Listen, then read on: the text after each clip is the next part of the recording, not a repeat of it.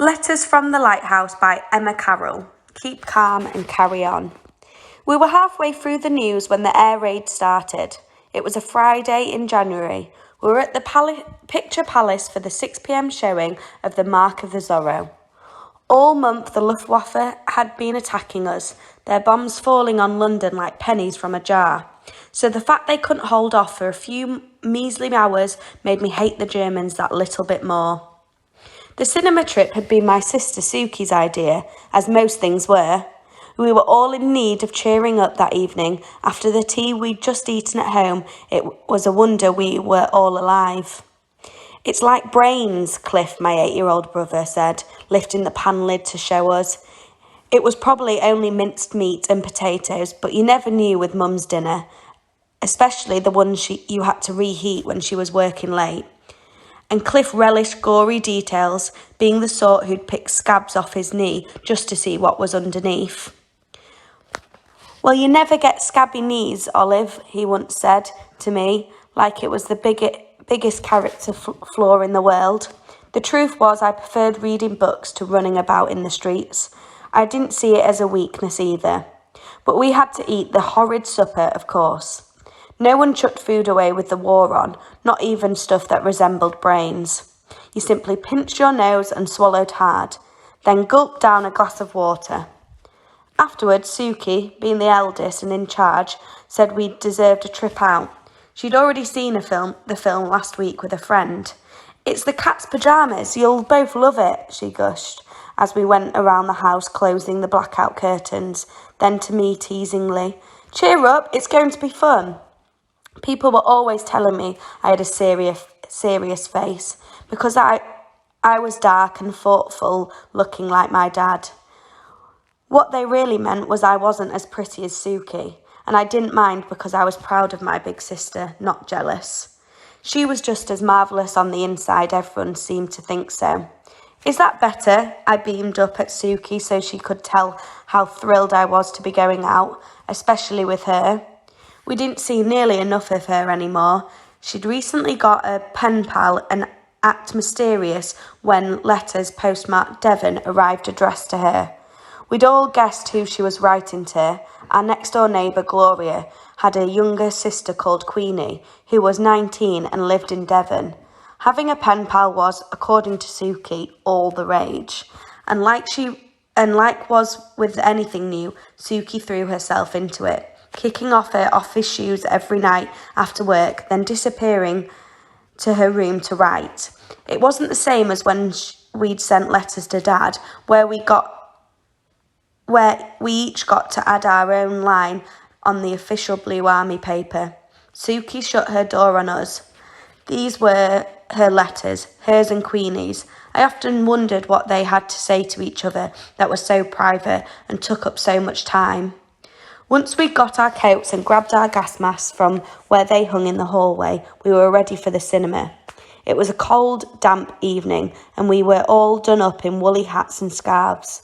Cliff's mittens on the string threaded through his coat dangled limp at the end of his sleeves, and he flapped them like wings to make me laugh. Such was my excitement, I didn't think to ask why Suki was buttoning up Mum's best green checked coat rather than her own. She'd done her hair different too, curled like a film star, and was wearing postbox red lipstick. It made her look older than 17 and rather like Mum, the Mum before Dad died, who'd styled her hair and worn makeup and could argue for England. By the time we reached the Picture Palace, the lights were already dimming.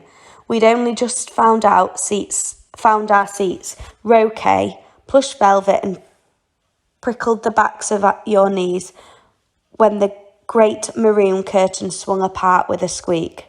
First up was the newsreel. Every film show started like this, with 5 minutes of the news from home and abroad. It was all very upbeat, with a proper English voice telling us everything would be all right, even if the film footage shows bomb sites and battlefields. I watched eagerly, chin in my hand, as the big white titles of the words "PAVE" filled the screen. Suki leaped to her feet. "Stay here," she whispered to us, If I'm not back in 2 minutes, meet me at the foyer when the film is over. Just like that, she disappeared. She needs the lav, Cliff says knowingly. That supper's giving her grief. You're disgusting, you are, I replied, not taking my eyes from the newsreel. The footage was of men in RAF uniforms walking across an airfield. Immediately made me think of Dad. In August last year, we'd have had a telegraph from the War Office telling us Dad's plane had been shot down over France. Six long months had passed of every day hearing someone in my family crying, and Mum getting sadder and thinner. I couldn't sleep through a whole night anymore. Often I barely slept at all. Look for the light, Dad used to say when things were difficult. I did try. He died for his country, people said. He was a hero. Watching the news helped me believe this was true, and as I listened to what a mightiful fine job our boys were doing, I could feel myself filling up with pride. Tonight's news switched from the RAF men to a city somewhere abroad. I didn't catch where. The footage showed hungry-looking people queuing for food, flanked either side by soldiers. There was snow on the ground. The people in line wore star-shaped badges on their coats. Watching, I began to feel uncomfortable instead of proud. The pave's news voice, jolly and brisk, jarred with what I was seeing. These people weren't just hungry, but scared. I could tell by their faces how desperate they were, and it made me horribly guilty for the fuss we'd made about our supper. Abruptly, the film stopped. The lights came up. I blinked at the announcement on the screen. Air raid in progress. Please leave the theatre immediately. Head to the nearest shelter. Blast it, I said, reaching for my coat and gas mask. Come on, Cliff, we'd better find Suki. People began to leave, though not very quickly, as around us seats thudded as they flipped upright. Coats were shaken out, hats pinned in place. There was a fair bit of complaining going on too. Should we ask for our money back? Said Cliff. What? I was still half thinking of those poor people in the newsreel. Oh, well, we'll ask Suki. Keep hold of my hand. Weaving through the crowds, we headed for the foyer. It was then the seriousness of our situation sank in. Beginning to worry, I told myself this was no different from any other raid, and they were happening almost every day now.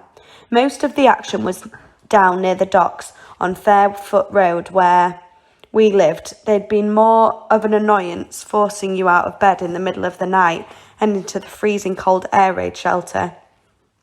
In the foyer, the lights were off. All I could see were the outlines of the front doors and the cash desk just inside.